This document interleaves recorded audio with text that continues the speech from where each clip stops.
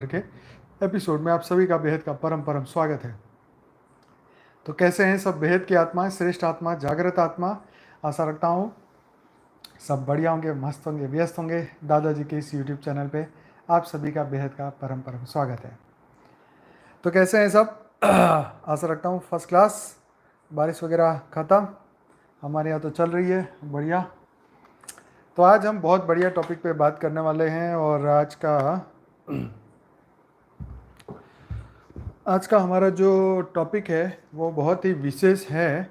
ये उपनिषद से आज हम बात करने वाले हैं। मुंडको उपनिषद। मुंडको उपनिषद के बारे में आज हम चर्चा करेंगे। उसमें से आर्टिकल लिया हुआ है उपनिषदों के अनमोल ज्ञान, priceless wisdom from Upanishad. Part 1 and 2 है, पर आज शायद पार्ट 1 ही हो पाएगा। तो ये मुंडको उपनिषद की आज हम चर्चा करने वाले हैं। तो चलिए सभी का बेहद का परम परम स्वागत करते हैं। तो इस उपनिषद में दो दो खंडों के 3 मुंडकों में अथर्ववेद के मंत्र भाग के अंतर्गत आता है।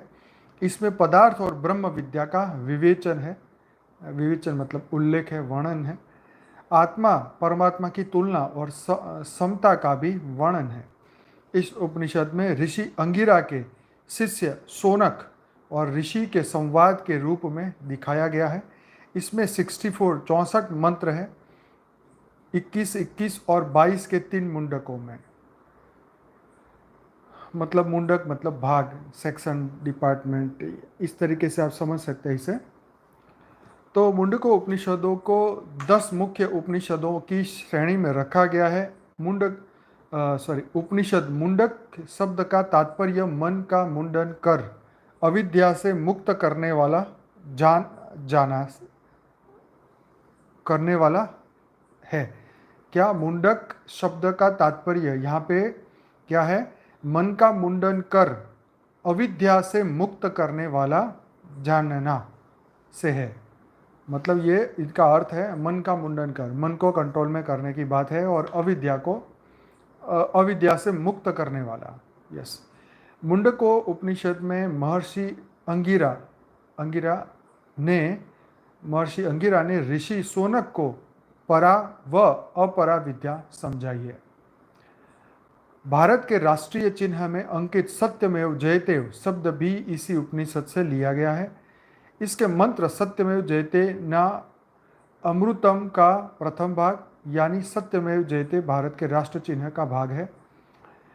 इसमें परमात्मा द्वारा अपने अंदर से विश्व के निर्माण मतलब मकड़ी के जाले का उदाहरण और दो पक्षियों द्वारा जगत के साथ व्यवहार को आत्मा परमात्मा में भेद के उदाहरणार्थ प्रस्तुत किया गया है। यह अद्वैत वेदांतियों जैसे शंकराचार्य और स्वामी विवेकानंद और द्वैतवादियों जैसे माधवाचार्य दोनों की रुचि का ग्रंथ है। शंकराचार्य को यह अद्वैत वेदांत तथा संन्यास निष्ठा का प्रतिपादक वो मानते हैं। तो प्रथम मुंडक, अब इसकी बात करते हैं। मुंडको उपनिषद के प्रथम मुंडक के प्रथम खंड में मतलब पहले भाग में ब्रह्म विद्या की परंपरा के बाद ऋषि संवाद के रूप में परा व अपरा विद्या का विवेचन है एवं परा विद्या से ब्रह्मबोध तथा परमेश्वर से जगत की उत्पत्ति का वर्णन किया गया है। दूसरे खंड में अपरा विद्या, यज्ञ और उसके फल, भोगों से विरक्ति तथा ब्रह्मबोध के लिए ब्रह्मनिष्ठ गुरु तथा अधिकारी शिष्य के सम्मिलित की आवश्यकता बताई गई है। द्वितीय एवं तृतीय मुंडक। इस उपनिषद के द्वितीय मुंडक में अग्नि की चिंगारियों की तरह ब्रह्म से जगत की उत्पत्ति एवं लय का वर्णन करते हुए ओम काट रूपी धनुष एवं आत्मा रूपी बाण से परमात्मा का लक्ष्य भेद करना, ब्रह्म का स्वरूप एवं ब्रह्म प्राप्ति का महत्व है। मुंडको उपनिषद के अंतिम व तृतीय मुंडक में काटिर रूपी एक ही वृक्ष पर जीवात्मा और परमात्मा रूपी 2 पक्षियों के उदाहरण सहित अंतःकरण की शुद्धि, ब्रह्म प्राप्ति तथा ब्रह्मवेत्ता की गति तथा महत्व का वर्णन किया गया है। तो ये तीनों ही मुंडक, तीनों ही जो पार्ट है, ये बहुत ही इंटरेस्टिंग है। तो आइए शुरू करते हैं। अभी फिलहाल इसकी मुंडक उपनिषद की समरी जरा समझते हैं। तो इस उपनिषद के अनुसार सृष्टिकर्ता ब्रह्मा, अर्थवा मतलब वो उनके पुत्र थे, सृष्टिकर्ता ब्रह्मा, अर्थवा, फिर अंगी, फिर सत्य वह और अंगिरा की ब्रह्म विद्या की आचार्य परंपरा थी। सोनक मुनि थे। सोनक की इस जिज्ञासा के समाधान के किस तत्व के जान लेने से सब कुछ अवगत हो जाता है, अंगिरा ऋषि ने उसे ब्रह्म विद्या का उपदेश दिया, जिससे उन्होंने विद्या के परा और अपरा भेद करके वेद वेदांग को अपरा तथा उस ज्ञान को पराविद्या नाम दिया, जिससे अक्षर ब्रह्म की प्राप्ति होती है। विहित यज्ञ यागादि के फलस्वरूप स्वर्गादि दिव्य किंतु अनित्य लोक सधते हैं, परंतु कर्मफल का भोग समाप्त होते ही मनुष्य अथवा हीनतर योनि में जीव जरा मरण के चक्कर में पड़ता है। कर्मफल की नश्वरता देखते हुए संसार से विरक्ति हो ब्रह्मनिष्ठ गुरु से दीक्षा लेकर संन्यास निष्ठा द्वारा ब्रह्मोपलब्धि ही मनुष्य का परम पुरुषार्थ है। ब्रह्म मतलब भूत योनि है, ब्रह्म भूत योनि है, अर्थात इसी से प्राणी मात्र उत्पन्न होते हैं और उसी में लीन हो जाते हैं। यह क्रिया किसी ब्रह्म बाह्य तत्व से नहीं होती, बल्कि जैसे उड़नाभि मतलब मकड़ी अपने में से ही जाले को निकालती और निगलती है, जैसे पृथ्वी में से औषधियाँ और शरीर से केस, पृथ्वी से औषधि और शरीर से केस और लोम निकलते हैं, उसी प्रकार ब्रह्म से विश्व सृष्टि होती है। अपने और अनिवर्चनीय ज्ञान रूपी तप से वह किंचित स्थूल हो जाता है, जिससे अन्न प्राण मन सत्य लोक कर्मफल हिरण्य गर्भ नाम रूप इंद्रिय आकाश वायु ज्योति जल और पृथ्वी इत्यादि उत्पन्न होते हैं। प्रदीप अग्नि से उसी के स्वरूप की अनगिनत चिंगारियों की तरह सृष्टि के अवेश भाव ब्रह्म ही से निकलते हैं। यथार्थ संसार पुरुष का व्यक्त रूप है। यथार्थ संसार मतलब पुरुष मतलब ब्रह्म का व्यक्त रूप है। ब्रह्म का सच्चा स्वरूप अव्यक्त और अचिंत्य है।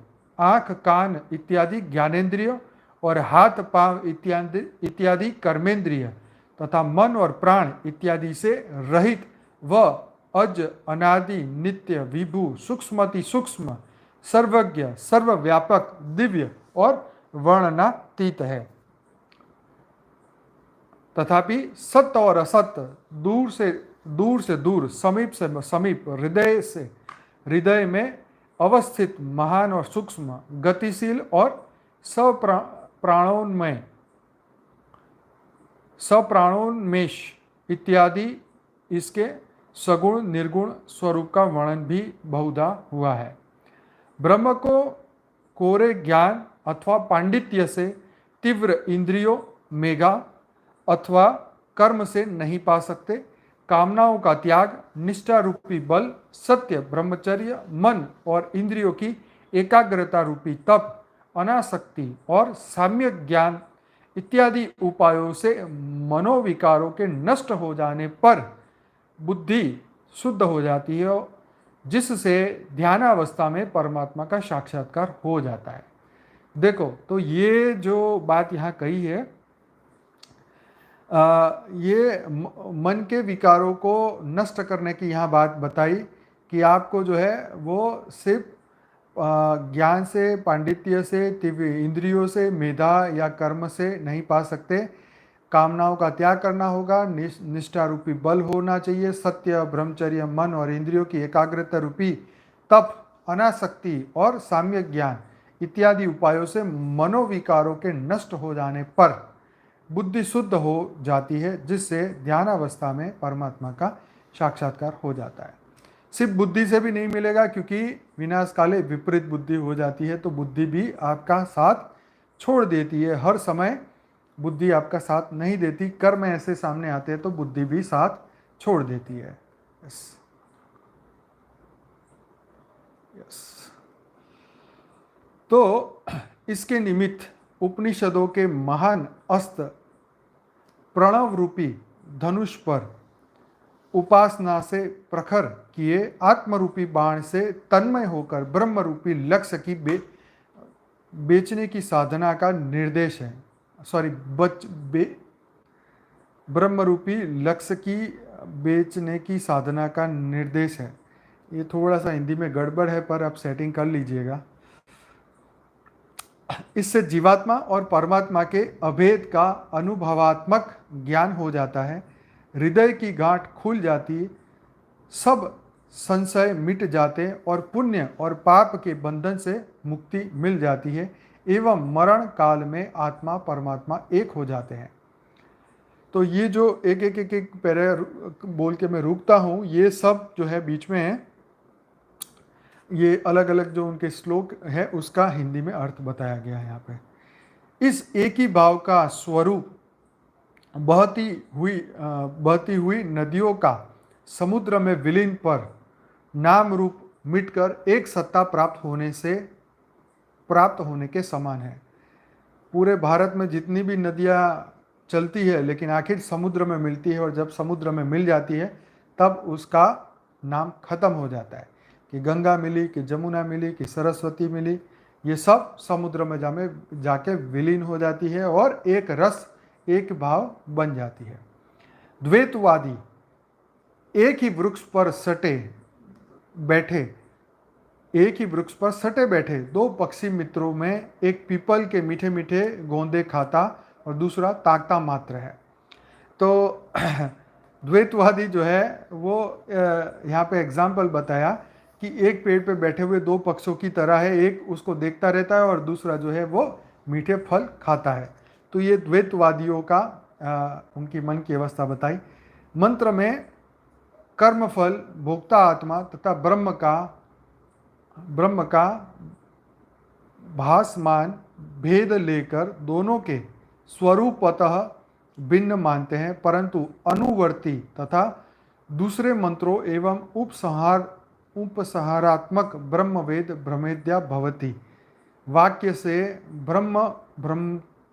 ब्रह्मात्वैक्य इस उपनिषद का सिद्धांत निष्पन्न होता है। भाई हिंदी बहुत ही भारी है, उसके लिए सॉरी है 3 बार, पर मैं इसमें कुछ कर नहीं सकता क्योंकि हिंदी तो बहुत ही भारी है। पर फिर भी जितना समझ आए तो आए, नहीं आए तो कोई बात नहीं, फिर से ट्राई कर लेना, कभी तो समझ आ ही जाएगा। खैर आगे बढ़ते हैं। अब इस उपनिषद में अंगिरा शौनक संवाद, अंगिरा ऋषि और शौनक ऋषि का ये संवाद है। सारे विश्व की रचना करने वाले, समस्त भुवनों का पालन करने वाले ब्रह्मा सब देवताओं से पहले स्वतंत्र रूप से उत्पन्न हुए। उन्होंने अपने सबसे बड़े पुत्र अर्थवा, ब्रह्मा जी के सबसे बड़े पुत्र जो थे उनका नाम है अर्थवा। तो ब्रह्मा जी ने सबसे बड़े पुत्र अर्थवा को ब्रह्म विद्या का रहस्य समझाया। ठीक है जी। अर्थात न ब्रह्मा सब प्राप्त ब्रह्म विद्या का रहस्य, अर्थव ने ब्रह्मा से प्राप्त ब्रह्म विद्या का रहस्य अब किसको दिया?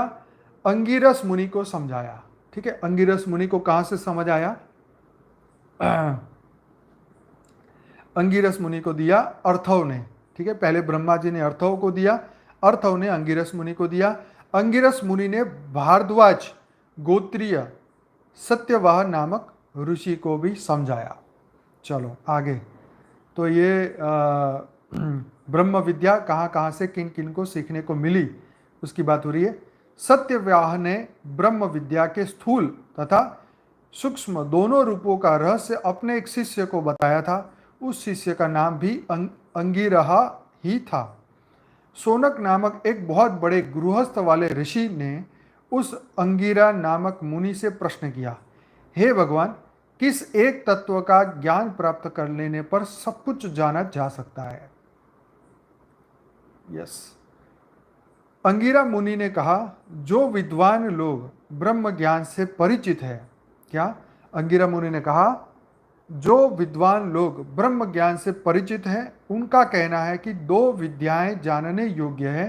एक तो परम तत्व से संबंधित पराविद्या और दूसरी इस लोक और परलोक से संबंधित धर्म और अधर्म तथा पाप और पुण्य का फलाफल बताने वाली अपराविद्या। क्या? दो चीज़ों को जानना बहुत जरूरी है, ठीक है? इसको जानने के बाद कुछ रहता नहीं है। तो पहला था, एक तो परम तत्व से संबंधित पराविद्या, ठीक है, परम तत्व से संबंधित पराविद्या, और दूसरी इस लोक से उस लोक से इस लोक और उस लोक से संबंधित धर्म और अधर्म तथा पाप और पुण्य का फलाफल बताने वाली अपराविद्या। ठीक है जी, तो ये तो बहुत आसान है। यस, दोनों में ही अपराविद्या। यस, तो ऋग्वेद, यजुर्वेद, सामवेद, अथर्ववेद, इन चारों वेदों के अध्ययन और उच्चारण आदि की गति बताने वाली पाणिनि आदि मुनियों द्वारा रचित शिक्षा, उन वेदों में वर्णित कर्मों का अनुष्ठान करने की रीति बताने वाले सूत्र रूप कल्प, शब्द की शुद्धि से परिचित कराने वाला व्याकरण, वेदों से गढ़ और कुट पदों के अर्थ का ज्ञान कराने वाले निरुक्त, वेदों में संकलित गायत्री, त्रिष्टुप आदि विविध छंदों का बोध करने वाले पिंगल, वैदिक कर्मों के अनुष्ठान का काल, ग्रह नक्षत्रों की गतिविधि आदि से परिचित कराने वाली ज्योतिष विद्या व वेदों के 6 अंग है और यह सब अपरा विद्या के नाम से प्रसिद्ध है। अर्थात कर्मकांड तथा उपासना आदि से संबंधित समस्त विद्याएं अपरा विद्या के अंतर्गत है। क्या? कर्मकांड तथा उपासना आदि से संबंधित समस्त विद्याएं अपरा विद्या से अंतर्गत है, और जिस विद्या से अविनाशी ब्रह्म का ज्ञान प्राप्त होता है वह पराविद्या है। क्या? जिस विद्या से अविनाशी ब्रह्म का ज्ञान होता है वह पराविद्या है। परा मतलब सबसे परे, ब्रह्म, सीधा ब्रह्म का ज्ञान प्राप्त करने वाली विद्या तो पराविद्या, और कर्मकांड उपासना संबंधित समस्त विद्याएं मतलब धरती लोक में, उसको पाने के लिए धरती लोक में जो भी आपको करना पड़ेगा वो सब जो है ये इस विद्या के अनुरूप है। ठीक है जी।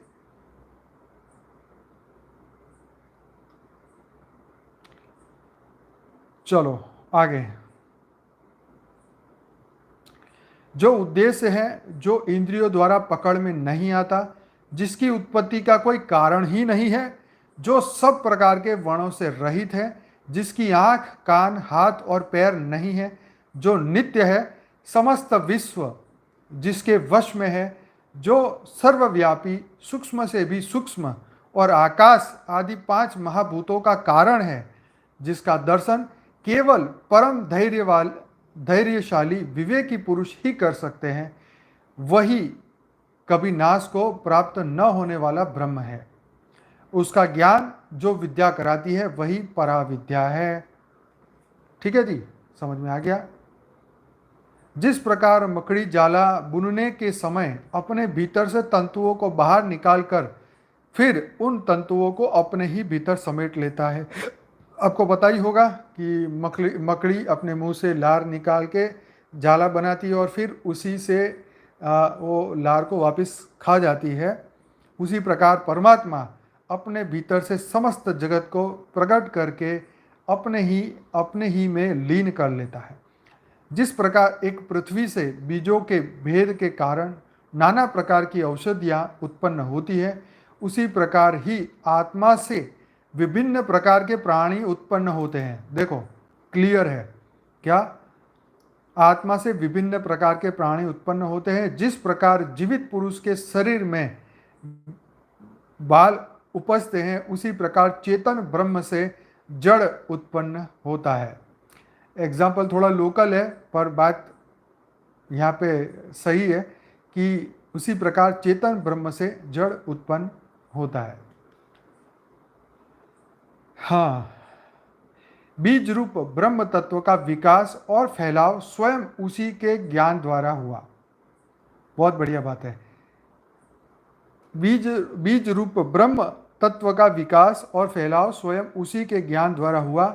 उसको यह ज्ञान हुआ कि एक में बहुत रूपों से प्रकट हो और उसकी उस चेतना द्वारा विश्व की उत्पत्ति आरंभ हुई।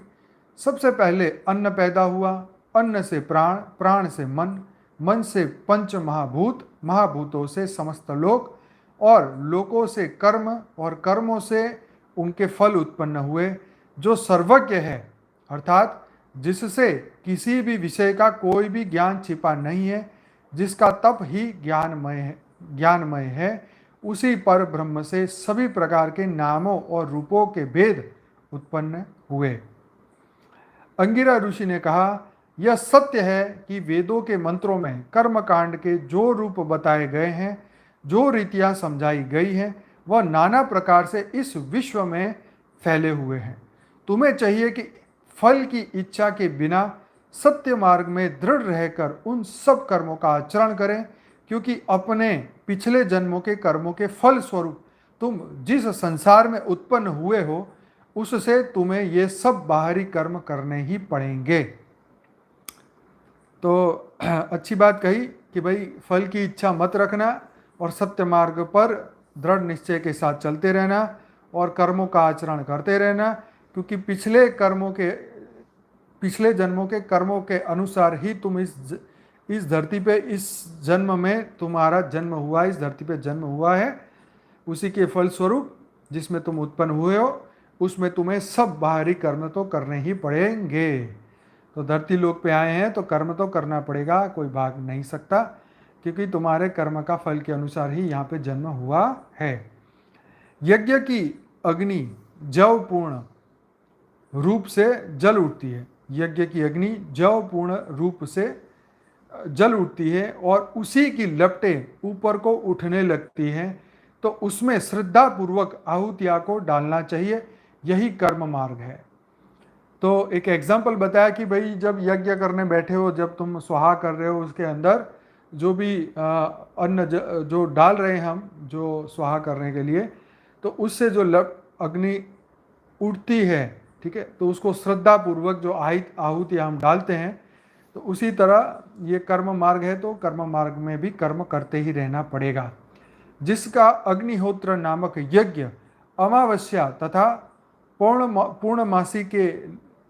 पूर्णमासी में किए जाने योग्य कर्मों से युक्त नहीं होता, चातुर्मास में किए आने योग्य कर्मों से रहित होता है, शरत काल में नए जन्म से होने वाले आग्रायण कर्म की विधि से युक्त नहीं होता, और जिसमें अतिथियों का पूजन भी योग्य रीति से नहीं होता, जो वैश्वदेव की अर्चना से रहित होता है, वह निष्फल हो जाता है। चलो, ये तो उन्होंने ये बताया कि तुम्हारा कौन सा कर्म फलीभूत होगा और कौन सा नहीं होगा। ठीक है, आगे बढ़ते हैं। काली कराली मन के समान वेग वाली मनोजवा, लाल होने के कारण सुलोहिता, धुमोली होने के कारण सुमद्र वर्णा, चिंगारियों से युक्त होने के कारण स्फुलिंगिनी, सब प्रकार की सुंदरताओं से भरी होने के कारण विश्वरूपी, उज्जवल प्रकाश से पूर्ण होने के कारण देवी, ये 7 अग्नि की लपटें उसकी जीभ हैं। तो ये जो भी मैंने आपको बताया, ये 7 प्रकार की अग्नि, 7 प्रकार की अग्नि की लपटें हैं, वो देवी की जीभ है, ये यहाँ लिखा है। ये लपटें उस व्यक्ति की दी हुई आहुतियों को ग्रहण करती है जो उचित समय पर उपयुक्त रीति से अग्निहोत्र द्वारा अनुष्ठान करता है, उन आहुतियों को ग्रहण करने पर वे अग्नि शिखाएं सूर्य की किरणों में बदल जाती है और उस व्यक्ति को उस दिव्य लोक में पहुंचाती है जहां देवताओं का एकमात्र स्वामी इंद्र सवस ऊपर रहता है।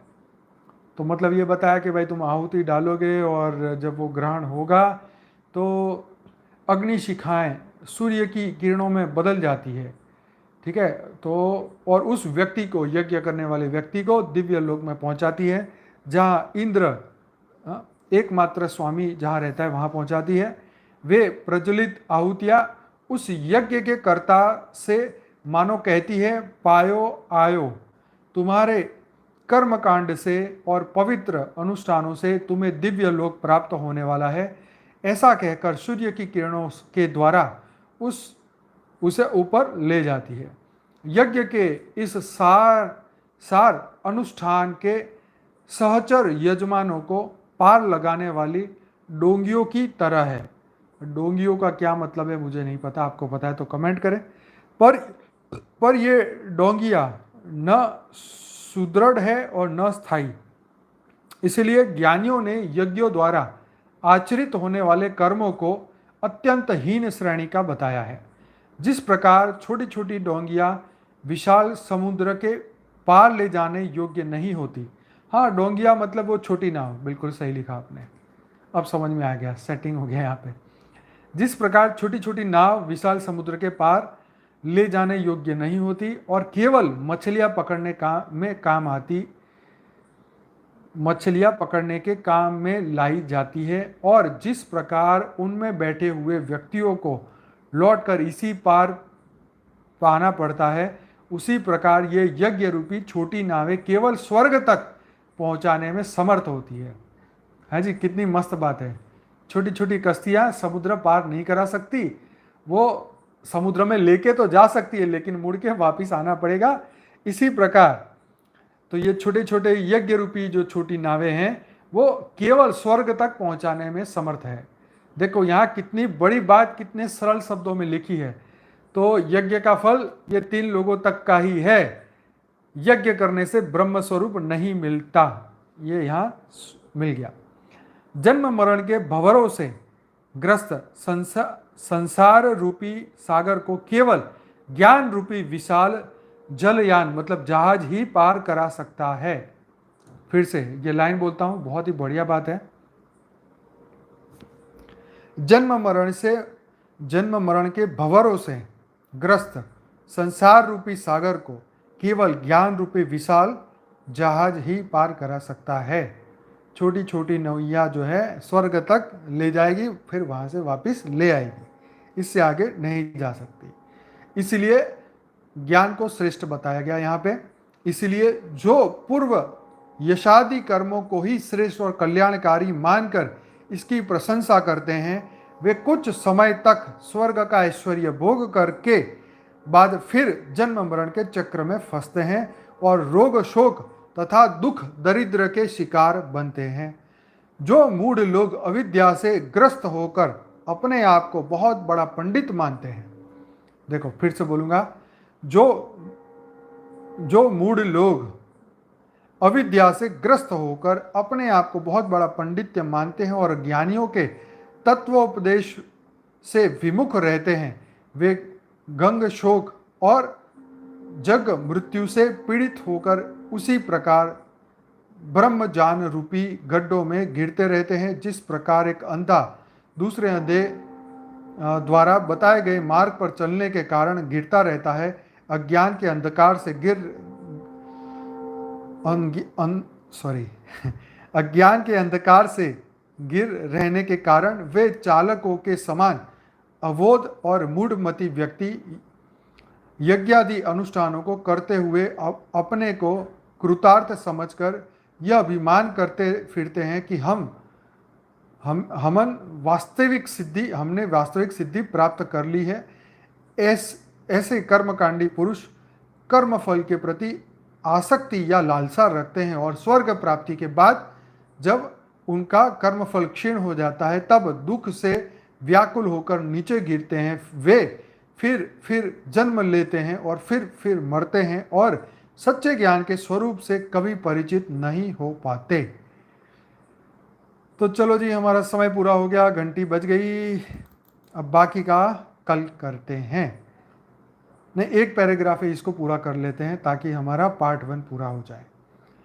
वे अज्ञानी पुरुष याग यज्ञ आदि इष्ट कर्मों को और कुएं और तालाब खुदवाने, वे अज्ञानी पुरुष याग यज्ञ आदि इष्ट कर्मों को, ठीक है, और कुएं और तालाब खुदवाने के पूर्व कर्म को ही परम श्रेष्ठ और मोक्ष प्राप्ति का मुख्य साधन मानते हैं और आत्मज्ञान रूपी सच्चे श्रेय मार्ग को नहीं जानते। इसलिए कई लोग नहीं बोलते अरे कुएं खुदवा लो, ये बनवा लो, इससे पुण्य होगा। भाई बहुत कुछ कार्य ऐसा है जिससे पुण्य तो होगा, पुण्य भी होगा, तुम स्वर्ग में भी जाओगे, स्वर्ग का सुख भी भोगोगे, फिर नीचे आओगे। यहाँ तो इतने बड़े यज्ञ करने वाले पंडितों को, उनको भी जो अपराविद्या, पराविद्या को नहीं जानते, जो अपराविद्या को जानते हैं, उनके लिए स्पष्ट बोला कि तुम स्वर्ग में भी जाओगे, स्वर्ग भी भोगोगे, फिर नीचे फेंक दिए जाओगे, फिर फिर जीवन मृत्यु में आओगे, फिर दुखी होगे, फिर चिल्लाओगे। तो अपराविद्या, धरती लोक की जो विद्या है, इससे कोई फायदा नहीं होने वाला है। मतलब इच्छाएं पूरी होगी, स्वर्ग तक, स्वर्ग भी मिल जाएगा। तो इसीलिए यहाँ लिखा ना कि जो तालाब कुएं खुदवाने वाले हैं, एक अच्छा कर्म तो है ही, लोक कल्याण का काम है, लेकिन इससे वो ब्रह्म की प्राप्ति नहीं होगी। वो आत्मज्ञान रूपी, आत्मज्ञान उनको नहीं मिला, श्रेय मार्ग को वो नहीं मानते, ठीक है। पर जो सच्चे ज्ञानी शांत स्वभाव होकर भिक्षा वृत्ति धारण करने भी वन में तप की साधना करते हैं और श्रद्धा के साथ ब्रह्म की उपासना करते हैं, वे वासना रहित होकर ज्ञान रूपी सूर्य के द्वारा उस लोक में पहुंचते हैं जहां अमर और अविनाशी पुरुष का अक्षय वास है। मतलब परमानेंट वो रहते हैं, वहां पे पहुंचते हैं। मोक्ष की इच्छा रखने वाला पुरुष कर्मों के सच्चे स्वरूप से परिचित होकर विषयों को त्यागने पर ही अपने लक्ष्य को पहुंच सकता है। जिस प्रकार कर्म द्वारा अन्न आदि उत्पन्न किया जाता है और भोग द्वारा ही वही अन्न नष्ट हो जाता है, उसी प्रकार कर्म द्वारा रचे गए सभी प्रकार के सुख के साधन भोग करने से नष्ट हो जाते हैं। ज्ञानी पुरुष को चाहिए कि वह इस सत्य को समझकर वैराग्य को अपनाए, कर्म द्वारा उत्पन्न सभी पदार्थों की नश्वरता से परिचित होकर किसी ब्रह्मज्ञानी पुरुष की सेवा में जाएं। उस ब्रह्मज्ञानी पुरुष को चाहिए कि वह शांत चित्त से अपने शिष्य को अविनाशी पुरुष के यथार्थ रूप को बताएं। तो यहाँ पे हमारा पार्ट 1 खत्म हुआ। कल लेंगे पार्ट 2, मुंडको उपनिषद। ठीक है जी। तो आज का ये उपनिषद बहुत ही बढ़िया था और जो लास्ट में आए हैं वो थोड़ा सा पहले सुनने की प्रयास करें, क्योंकि इसमें काफ़ी कुछ ऐसा है, कुछ हिंदी भारी इसलिए समझ नहीं आई होगी, लेकिन बात बहुत अच्छी की। परा और अपरा विद्या की बात करी, स्वर्ग की बात करी, यज्ञ की बात करी।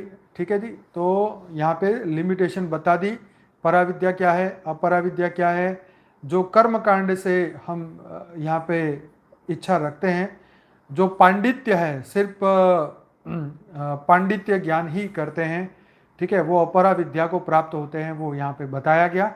और वो जो है वो ब्रह्म को नहीं पा सकते, क्योंकि वो उसको, उस मार्ग को नहीं पकड़ते। तो इसीलिए कर्म कांड को ही सही मानते हैं और स्वर्ग की चाबी मानते हैं। स्वर्ग का सुख पाने की बात करी है उन्होंने, इंद्र लोक, जहाँ इंद्र रहते हैं वहाँ पहुँचाने की बात की है। तो चलिए, बहुत बहुत धन्यवाद। आशा रखता हूँ सबको अच्छा लगा होगा, बढ़िया लगा होगा, समझ में आया होगा। और नहीं समझ में आया तो भी आप वीडियो के कमेंट में करिएगा, हो सकता है कोई आत्मा आपको अच्छा रिप्लाई दे सकती है। तो क्योंकि हमारी तरफ से रिप्लाई मिलना बहुत मुश्किल है, पर उसके लिए तो आपको रोज़ आना पड़ेगा, ज्ञान सुनना पड़ेगा, तो ही प्रश्न के जवाब मिलेंगे। एक एक प्रश्न के जवाब तो हम नहीं दे पाते, इसलिए हमने इतने सारे वीडियो बनाए ताकि आपको हर प्रश्न के जवाब वीडियो में से मिले। ठीक है जी। तो बहुत बहुत धन्यवाद। और अब हम बेहद का योग करेंगे। ज्ञान तो समझ में आ गया, अब योग करें। ठीक है जी। चलो, बहुत बहुत धन्यवाद। अब अपनी अपनी आंखें बंद करो, मैं पानी पी लेता हूं तब तक, और योग शुरू करते हैं फटाफट।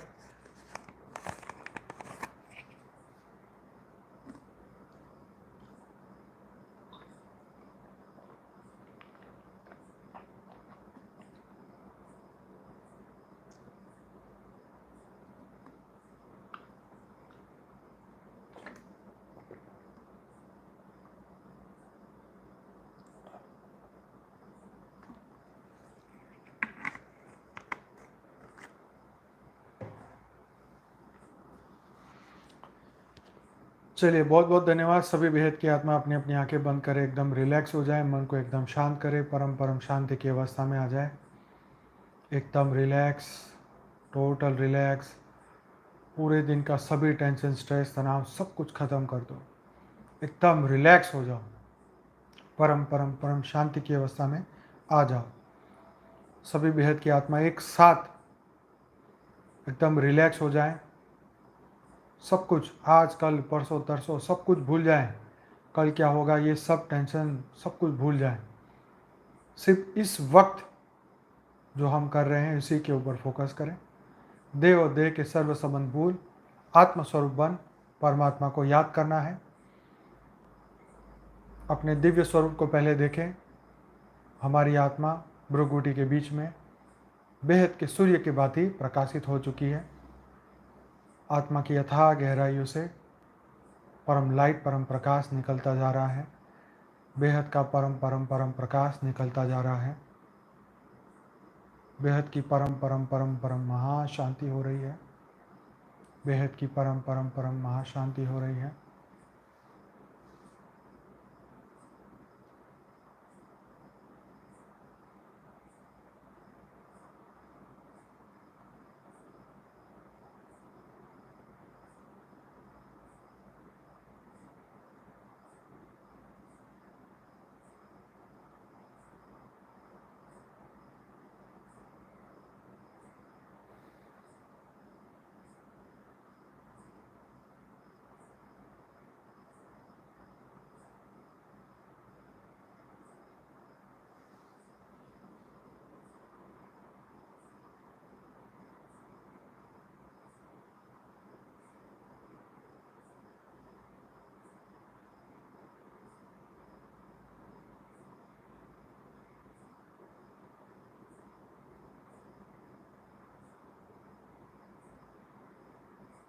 बेहद की कला के परम धाम से बेहद के दादाजी छोटू राम बापू जी हम सभी बेहद की आत्माओं को परम प्रकाश, परम लाइट दे रहे हैं।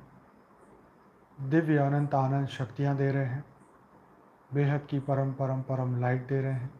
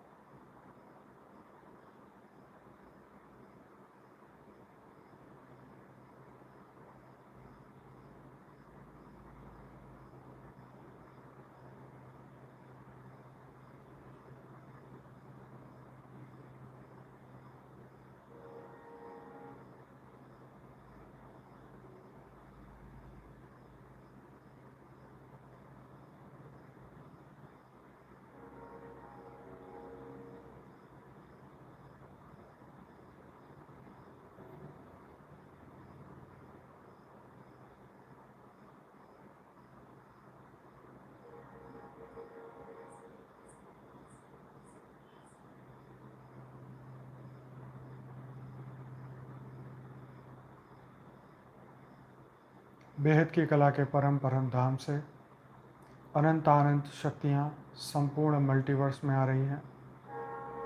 सभी यूनिवर्स में, अनंत अनंत गैलेक्सियों में, अनंत अनंत ब्रह्मांडों में परम लाइट, परम प्रकाश, परम परम महाशांति के वाइब्रेशन, अनंत अनंत वाइब्रेशन पूरी पृथ्वी पे आ रहे हैं। पूरी पृथ्वी बदलती जा रही है। स्थूल जगत, सूक्ष्म जगत, कारण जगत, महाकारण जगत, चारों ओर परम परम महाशांति के वाइब्रेशन पहुंच रहे हैं। दिव्य आत्माएं जागृत हो रही हैं। परम लाइट, परम प्रकाश की आत्माएं जागृत हो रही हैं। 33 कोटि देवताएं जागृत हो रहे हैं।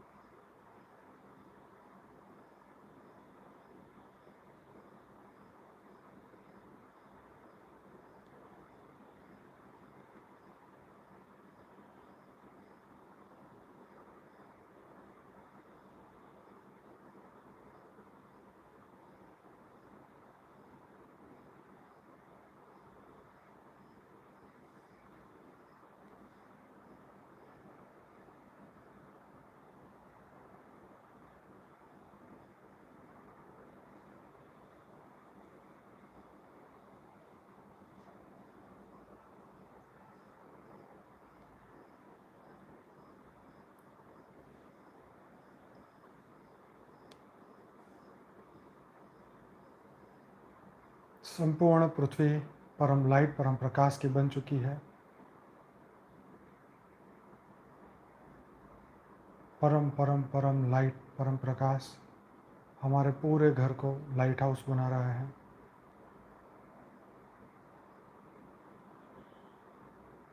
सभी बेहद की आत्मा परम लाइट परम प्रकाश के बन चुके हैं।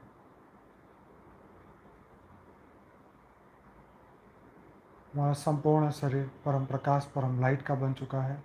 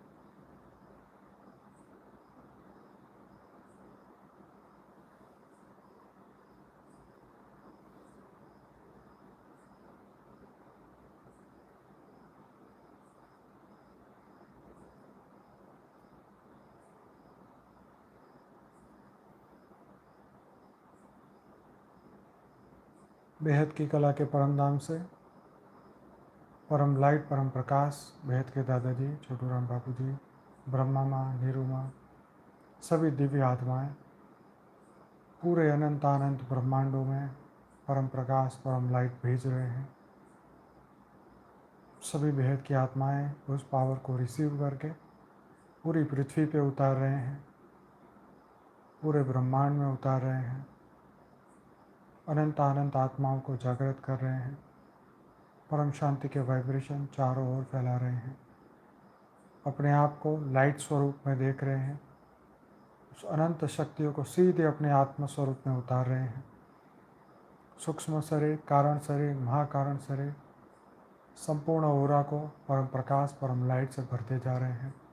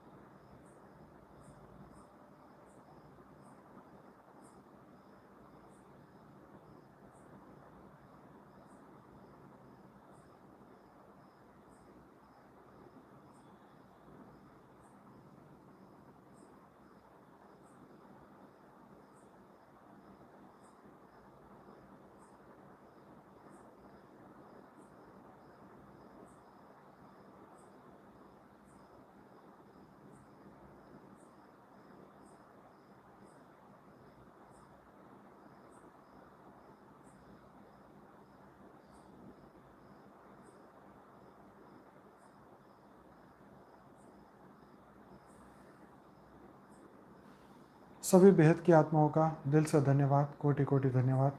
मिलते हैं कल रात को 10 बजे। बेहद की परम परम महाशाला, बेहद की परम परम महाशाला।